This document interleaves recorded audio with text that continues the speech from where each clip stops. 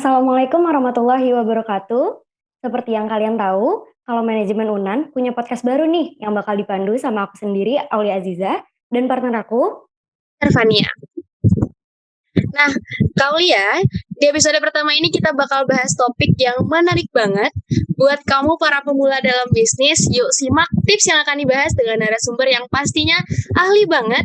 Siapa lagi kalau bukan Pak Donald James yang menjadi Ketua Ekonomi Kreatif 2019 sampai 2021, co-founder karajoelok.com, dan juga Pak Dornat merupakan salah satu dosen kewirausahaan di UNAN yang pada tahun lalu berhasil menerbitkan 7 jurnal internasional.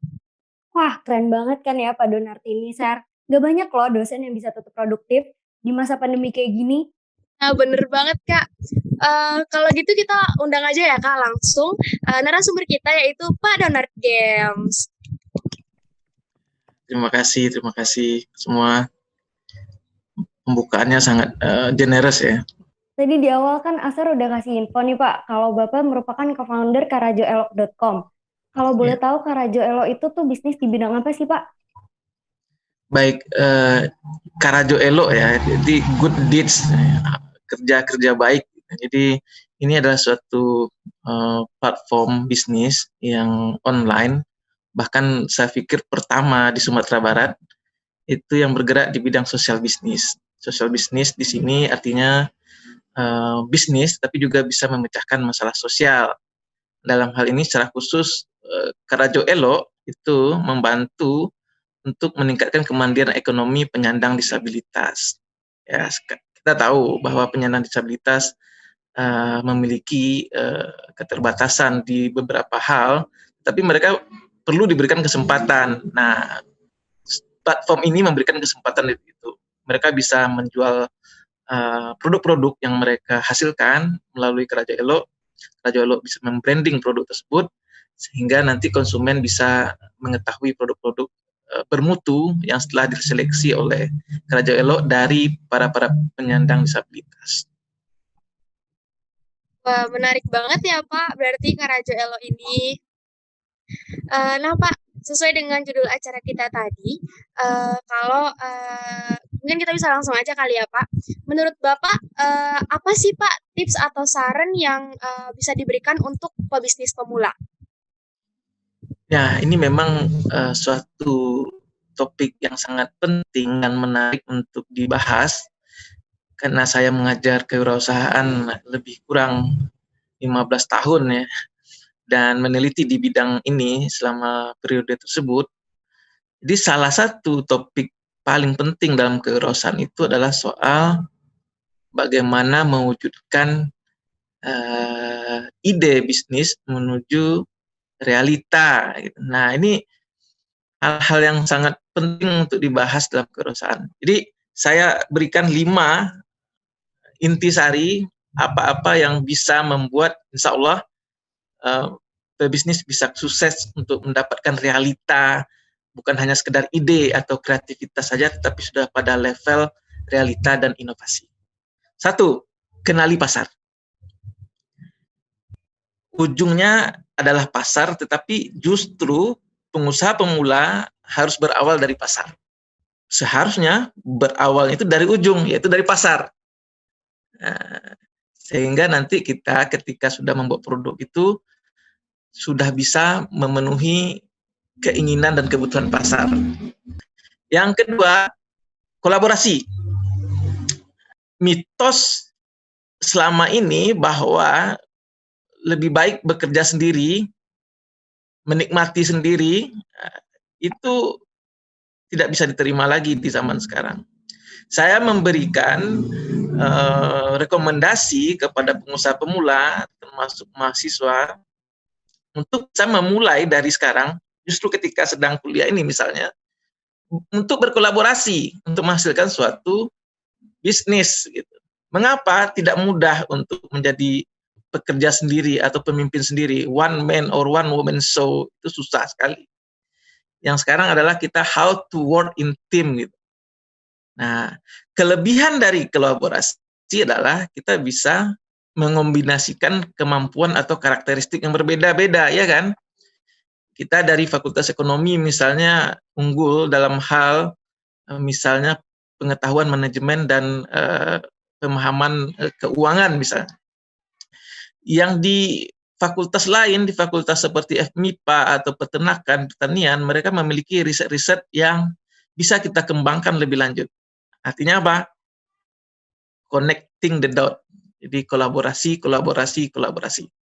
Yang nomor 3 itu adalah bergabunglah dengan inkubator bisnis. Nah, ini banyak pengusaha pemula tidak mengetahui bahwa ada satu institusi yang bisa membantu mereka untuk scale up. Scale up itu artinya usaha yang kecil ini, yang baru berdiri ini, bisa melesat cepat kalau dia dibantu atau diberikan perlakuan tertentu. Dan inkubator, sesuai dengan namanya, yaitu memperkuat yang lemah. Ingat, ada bayi yang baru lahir, dimasuk inkubator, memperkuat bayi tersebut.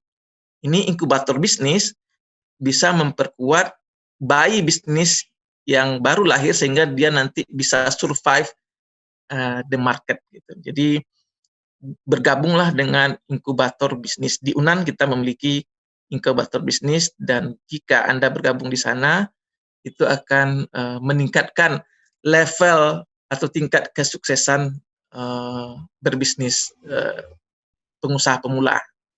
Yang keempat, implementasikan MVP, Most Viable Product. Jadi jangan berharap kesempurnaan di awal, ya enggak? Kalau kita berharap kesempurnaan di awal, tidak akan muncul-muncul itu produk. Yang kita harapkan adalah seorang pengusaha pemula, termasuk mahasiswa, mampu memasarkan produk, meskipun produk itu belum sempurna, tetapi dari proses dia meluncurkan produk tersebut, dia mendapatkan feedback dari orang-orang sekitar, maka si pengusaha pemula ini bisa menjadikan feedback itu sebagai bahan untuk memperbaiki, menyempurnakan produk tersebut. Jadi jangan tunggu sempurna untuk meluncurkan produk ke pasar. Terakhir, least but not least, just do it ya, just do it. Sometimes kita itu overthinking gitu kan. Wah, ini kalau sudah diketahui ini dari pasar, lalu kita buat, apakah ada yang akan beli? Apakah benar akan ada pasar untuk ini? Itu overthinking. Jadi sometimes we need to simplify things. Ya. Jadi just do it. Memang tidak ada jaminan bahwa usaha yang Anda lakukan sebagai pengusaha pemula itu akan berhasil, dan bahkan kegagalan bisa jadi keniscayaan, tetapi itu adalah bagian dari proses pembelajaran untuk menjadi seorang pengusaha sukses dari pengusaha pemula, terutama yang berbasis inovasi. Itu 5 dari saya untuk kesempatan hari ini. Wah, terima kasih banget nih Pak tipsnya. Kan kita udah dapat 5 tips nih ya, Ser. Nah, kalau boleh kita bedah lagi lebih dalam nih Pak, cara analisis pasar yang paling tepat menurut Pak Donald itu bagaimana Pak? Buat riset pasar.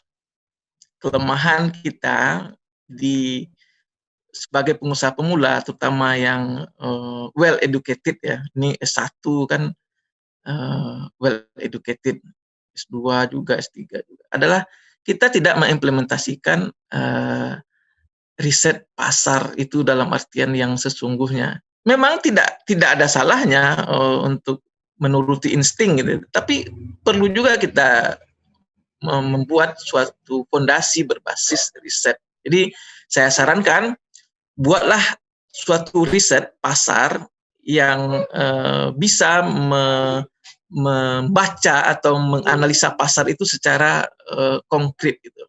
Mudah saja, gunakan sekarang kita punya media sosial. Coba lihat kecenderungan pasar di media sosial. Coba lemparkan satu soalan yang berkaitan dengan bisnis kita. Kalau misalnya ada produk baru hijab dengan model seperti ini, kira-kira bagaimana ya? Itu yang namanya market validation ya. Jadi kita mencari validasi dari pasar itu sendiri. Apakah benar pasar bisa menerima produk yang kita buat gitu. Bisa nanti dengan survei, bisa nanti dengan wawancara. Tapi media sosial bisa menjadi pintu gerbang yang sangat berguna dan murah gitu ya untuk melakukan riset pasar. Jadi tadi tipsnya berawal dari pasar, maka risetlah pasar itu. Itu dari saya. Oke Pak. Terus Asar mau nanya lagi nih Pak. Terkait tentang tips kedua, tadi Bapak nyenggol tentang kolaborasi. Kalau misalnya berbisnis itu kita lebih baik berkolaborasi daripada one man show. Nah, yang mau ditanyakan di sini adalah untuk berkolaborasi itu berapa orang sih Pak efektifnya kita membuka bisnis bareng-bareng? Nah, ini kalau bertanya jumlah yang pasti memang tidak mudah ya, karena chemistry masing-masing orang itu bisa sangat menentukan gitu. Kalau banyak tapi kompak, itu bisa jadi lebih baik daripada sedikit tetapi banyak konflik gitu kan gitu. Tapi dasar utamanya apa kolaborasi itu? Menurut saya ada dua ya. Kalau mengapa kita harus berkolaborasi dan apa modal dasar berkolaborasi? Modal dasar utama berkolaborasi itu adalah sincerity, kejujuran, gitu. Trustworthy. Jadi seseorang itu harus jujur, harus sincere, gitu, tulus. Gitu. Jadi ketika Anda jujur, semesta akan mendukung. Gitu. Jadi mengapa misalnya contoh Nabi Muhammad SAW itu bisa diterima risalah yang dibawanya itu karena dia sedari dulu bahkan sebelum menjadi nabi disebut sebagai al-amin gitu kan. Orang yang bisa dipercaya. Jadi kalau bisa menjadi orang yang dipercaya, maka Anda akan menjadi orang yang sangat diharapkan untuk masuk dalam kolaborasi bisnis gitu ya. Itu karena karakter sangat menentukan. Yang kedua, Anda memiliki skills tertentu yang berbeda dari orang lain yang menjadi anggota bisnis tersebut. Ada orang yang berbakat sebagai katakanlah generalis, itu pemimpin yang memiliki kemampuan secara natural memimpin orang banyak, gitu. Orang-orang sekitarnya merasa nyaman bersama dengan dia, gitu. Ada orang yang seperti itu.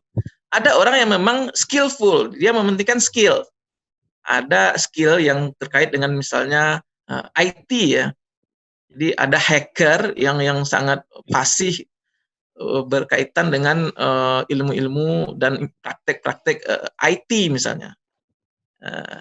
Ada orang yang strategic thinker, kemampuan skillnya adalah bagaimana membaca situasi pasar tadi yang kita diskusikan sebelumnya, lalu bisa menerjemahkannya dalam bentuk konkret-konkret, langkah-langkah yang secara konkret bisa menaklukkan pasar itu, tanda kutip. Jadi dua hal tersebut adalah dua hal utama menyebabkan kolaborasi bisnis itu bisa berhasil, yaitu kejujuran, itu karakter yang baik gitu ya, dan skills yang saling melengkapi. Nah, Pak, tadi kan Bapak bilang di UNAN itu ada inkubator bisnis ya Pak? Yep. Mahasiswa berarti bisa ikut join untuk masuk ke inkubator bisnis ini Pak? Sangat bisa, bahkan sangat dianjurkan. Ekosistem kewirausahaan di suatu universitas itu dibangun salah satunya dari fondasi kewirausahaan mahasiswa. Jadi saya sangat berharap mahasiswa kita itu berkolaborasi di poin sebelumnya untuk join ke inkubator bisnis di Universitas Andalas ya, yang sekarang ini dipimpin oleh Pak Beri Brilian Albar ya, juga dari manajemen. Sebelumnya saya. Itu artinya apa? Orang manajemen dipercaya sebagai pemimpin di inkubator bisnis. Mengapa? Karena mereka percaya ilmu manajemen ini merupakan suatu kemampuan atau ilmu yang bisa menyatukan hal-hal yang berbeda dari begitu banyak disiplin ilmu gitu ya. Ingat, manajemen itu kumpulan atau kombinasi dari beragam disiplin ilmu yang ada di dunia ini. Jadi justru sangat diharapkan kehadiran startup yang dalam anggotanya itu ada mahasiswa manajemen. Sangat diperlukan. Nah, untuk cara joinnya sendiri itu gimana Pak? Cara terbaiknya adalah itu tadi. Pastikan Anda sudah memahami pasar, pastikan Anda memiliki produk, walaupun produk itu masih dalam tahap prototipe. Prototipe itu artinya produknya masih belum sempurna, masih coba-coba, masih perlu perbaikan yang mendasar mungkin, tetapi paling tidak sudah ada produknya yang mendekati produk ideal gitu. Karena jalan menuju kesempurnaan itu kan panjang, tapi kita sudah memulainya. Nah, ketika sudah memiliki prototipe itu, datangilah inkubator bisnis di Universitas Andalas, hubungi dosen-dosen yang bisa menjadi mentor dari produk ini, dengan catatan apa? Riset pasar, buat produk, dan produk itu hendaknya berbasis apa? Berbasis teknologi atau inovasi.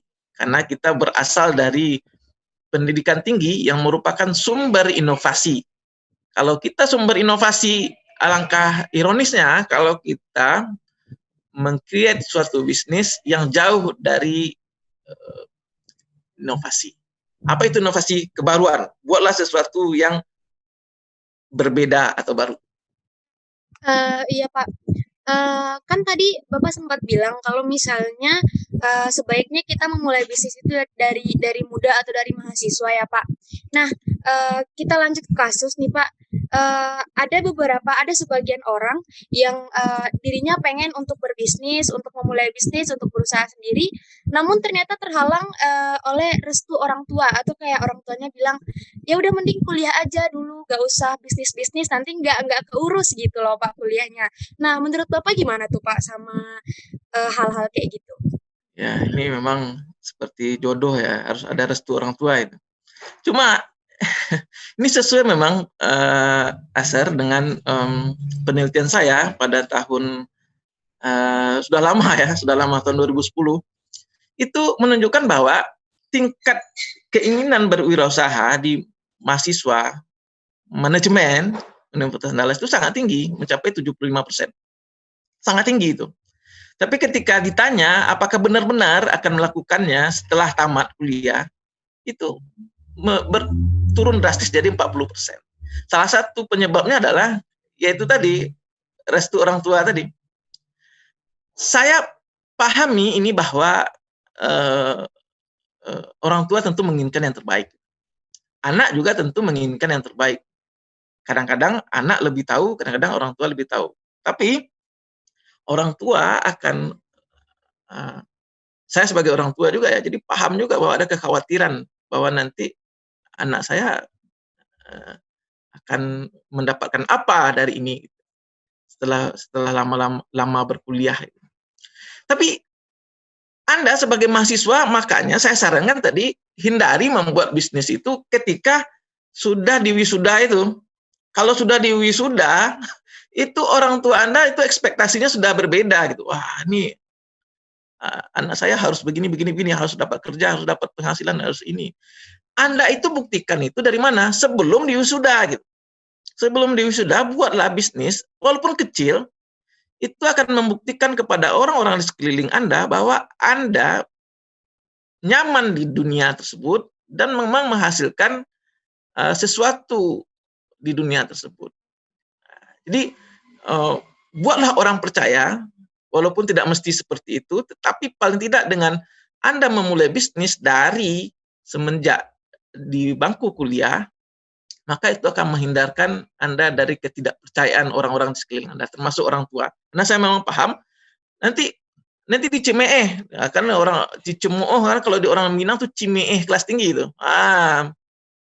Enggak ada di keluarga kita yang berhasil di bisnis. Tidak pernah sebelumnya kita punya darah bisnis gitu. Nah, ini hal-hal yang seperti ini tentu membuat Anda bisa down ya. Tapi kalau Anda bisa membuktikan kepada orang sekitar, memulai dari hal yang kecil di waktu kuliah itu kalaupun Anda gagal kan tidak masalah gitu. Karena you were designed to fail gitu. Jadi tidak masalah gitu ketika awal-awal itu bermain di level sederhana, level kecil, tapi Anda sudah mencoba. Ketika Anda sudah mulai membesar, praktis kepercayaan itu tumbuh dan Anda akan dibiarkan menentukan jalan hidup Anda sendiri. Kalau misalkan balik lagi ke kasus Pak, banyak banget nih mahasiswa yang ingin memulai bisnis tapi terkendalanya di modal, Pak. Apa nih yang harus dilakukan sama mahasiswa-mahasiswa ini, Pak? Memang ini pertanyaan klasik ya soal modal kerja. Dari mana uangnya gitu? Dari bank tidak mungkin. Dari orang tua, tadi orang tua tidak merestui gitu kan. Dari calon pasangan belum ada kan gitu. Jadi itulah mengapa saya menganjurkan kepada Anda mahasiswa untuk bergabung di inkubasi tadi, di inkubator. Di inkubator itu dalam proses inkubasinya ketika Anda akan melakukan scale up, artinya pembesaran usaha, itu akan ada semacam seed funding. Jadi dana dalam jumlah yang kecil tetapi insya Allah cukup untuk bisa memproduksi itu dalam skala terbatas gitu. Tapi dengan bantuan dana tersebut, Anda bisa membuktikan bahwa apakah pasar menerima produk ini. Kalau pasar sudah bisa menerima produk ini, jangankan inkubator, itu venture capital yang besar-besar itu akan datang kepada Anda. Saya berikan contoh ya, dalam waktu 5 tahun ada namanya Kopi Kenangan. Kopi Kenangan dalam waktu 5 tahun bisa menghasilkan pendapatan miliaran gitu. Sedangkan kita tidak terbayangkan oleh kita dalam waktu misalnya 5 tahun mendapatkan omset miliaran gitu kan. Nah, salah satunya mengapa? Karena Kopi Kenangan ini mampu menarik perhatian dari para orang yang punya uang gitu, orang-orang kaya yang tergabung dalam venture kapitalis. Jadi mereka menginvestasikan uangnya ke Kopi Kenangan. Hal yang sama juga bisa terjadi. Saya menyaksikan sendiri sejumlah angel investor. Ada angel investor, orang-orang yang berhati malaikat, ya, katakanlah seperti itu. Yang di awal-awal itu memberikan bantuan dana, atau bukan bantuan, investasi. Jadi sebenarnya banyak saluran yang bisa membuat Anda terhubung dengan angel investor, venture kapitalis, lalu orang-orang sekitar Anda yang kemudian yakin atau teryakinkan oleh Anda yang sudah mulai bergerak, wah ini ternyata produknya menarik. Karena makin lama orang akan makin ingin berinvestasi daripada misalnya hanya sekedar taruh uang di bank dengan imbal balik yang sebenarnya rendah gitu kan, uang nganggur gitu kan. Nah, uang nganggur itu sebenarnya banyak di masyarakat kita dan bisa dimanfaatkan oleh pengusaha pemula untuk mendapatkan pendanaan. Tapi tips pertama tadi dari saya yang termasuk dalam 5 tadi apa? Bergabunglah dengan inkubator bisnis sehingga nanti bisa mendapatkan seed funding yang di masa-masa awal bisa menjadi hal yang sangat bermanfaat bagi pengusaha pemula. Kita punya pertanyaan penutup nih Pak, yang terakhir. Apa sih Pak hal yang perlu diwaspadai untuk oleh pebisnis pemula? Banyak ya yang harus diwaspadai dalam hidup ini. Banyak sekali, tetapi ada satu konsep dalam memulai usaha baru yang bisa jadi perenungan bagi kita, yaitu namanya lembah kematian. Ya. Wah, namanya mengerikan ya, Death Valley, lembah kematian. Ini lembah kematian itu adalah suatu momen di mana pengusaha pemula itu dia perlu keluar uang itu kan untuk menjual produknya. Dia perlu menghabiskan waktu, tenaga, pikiran, hampir semuanya kan. Tetapi di masa itu dia cenderung turun. Kenapa? Tidak ada penghasilan di masa itu. Ya enggak? Dari mana datang penghasilan sementara marketnya belum tentu bisa merespon secara positif gitu kan. Waspadailah lembah kematian yang di mana pikiran, tenaga, uang, segala macam itu ada di sana. Maka di saat seperti itu, Anda harus bersabar. Gitu.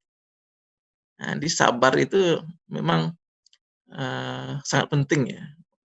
Tuhan itu bersama orang-orang yang sabar. Jadi Anda harus bersabar menghadapi situasi yang sangat sulit seperti itu. Bagaimana cara melewati lembah kematian itu?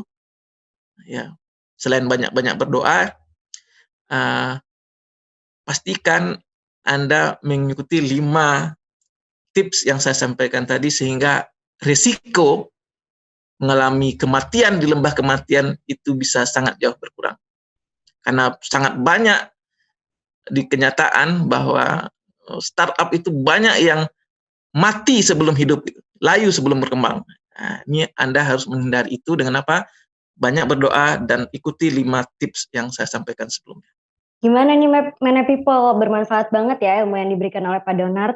Terima kasih banyak ya Pak sudah menyempatkan waktunya untuk menjadi narasumber pertama di podcast kita. Terima kasih. Sangat senang bergabung di acara ini. Mudah-mudahan bermanfaat. Oke, makasih banyak ya Pak. Nah, Many People, mungkin ini adalah detik-detik terakhir pertemuan kita pada hari ini. Sekian episode pertama pada hari ini. Jangan lupa komen, like, subscribe, dan juga share ke teman-teman Many People lain yang pastinya butuh banget informasi ini. Dan jangan lupa nantikan episode selanjutnya. Assalamualaikum warahmatullahi wabarakatuh dan sampai jumpa.